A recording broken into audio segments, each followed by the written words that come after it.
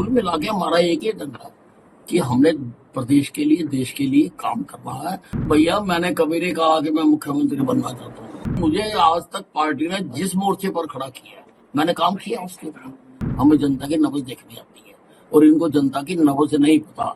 और जिस डॉक्टर को जनता की नब्ज, मरीज की नब्ज ना देखनी आती हो, उसको अपना क्लिनिक बंद कर देना चाहिए। आज का बहुत बड़ा ऐतिहासिक दिन है, प्रदेश के लिए भी, देश के लिए भी, देश की राजनीति के लिए। क्योंकि आज तक 70 साल पूरे देश को नकारात्मकता के आधार पर ही सरकारें बनती और गिरती रही।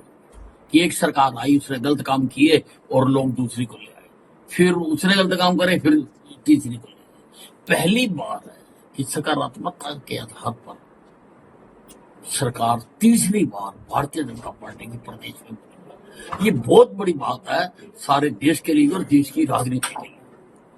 अमित साहब, कल मंत्रिमंडल की बैठक है, उसमें क्या नया कुछ लेके जा रहे हैं? अब जो एजेंडा आएगा उसमें देखते हैं क्या उसमें जो आएगा एजेंडा। कुल मिला के हमारा एक ही एजेंडा है कि हमने प्रदेश के लिए, देश के लिए काम करना है और हरियाणा को भी उसी रफ्तार के साथ हमने आगे लेके जाना जिस रफ्तार के साथ नरेंद्र मोदी जी देश को विकसित भारत की ओर लेके जा। कहीं ना कहीं आपका भी चेहरा था मुख्यमंत्री के तौर पर, उसको किस तरह से देखते हैं? भैया मैंने कभी नहीं कहा कि मैं मुख्यमंत्री बनना चाहता हूँ। मैंने तो एक स्पष्टीकरण दिया। मेरे कार्यकर्ताओं में एक बात फैला दी गई कि वे अनिल विज तो बनना ही नहीं चाहता, कोई जिम्मेवारी लेना ही नहीं चाहता।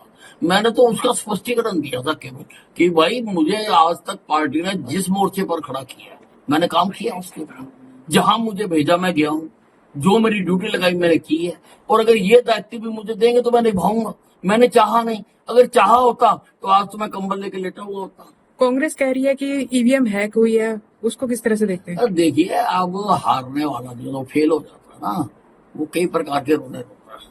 कई बार तो कहता जी कमरे में रोशनी कम थी, कभी कहता मेरी शाही गिर गई थी, कभी कहता रास्ते में मेरी साइकिल पंक्चर हो गई थी, कभी कहता रेड लाइट हो गई। तो ये रोने के अलग अलग तरीके हैं। खास करके कांग्रेस के हुड्डा साहब को क्या मैसेज देना चाहेंगे जी? देखिए ऐसा है, अगर मैं एक छोटा सा कार्यकर्ता, 120 दिन का चुनाव का समय था, हर मुकाम पर मैंने कहा कि तीसरी बार भारतीय जनता पार्टी बिना किसी के समर्थन के और सहयोग के सरकार बनाएगी, जो कि सच भी साबित हुआ।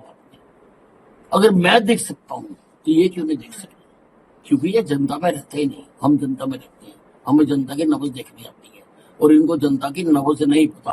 और जिस डॉक्टर को जनता की नब्ज, मरीज की नब्ज ना देखनी आती हो, उसको अपना क्लिनिक बंद कर देना चाहिए। आज सरकारी कर्मचारी खौफ लेते हैं आपसे कि गब्बर आगे काम करो, तो इस बार क्या? देखिए ऐसा, मैं अनिल विज हूँ, अनिल विज था, अनिल विज ही रहूंगा। अब लोग मुझे कई नामों से बुलाते हैं, लोग मुझे बाबा भी कहते हैं। अब ये नहीं, लोगों का प्यार है, लोग कुछ भी कहें। जो गलत काम करने वाले हैं उनको तो मेरे से खौफ खाना ही चाहिए। सर, भारतीय जनता पार्टी के शीर्ष नेताओं ने जिस तरीके से सीएम का जो बदल किया गया है, खट्टर साहब पर क्या भरोसा नहीं था कि अगर खट्टर साहब के चेहरे पर नहीं, ऐसा नहीं तो है। खट्टर साहब ने बहुत अच्छा काम किया था।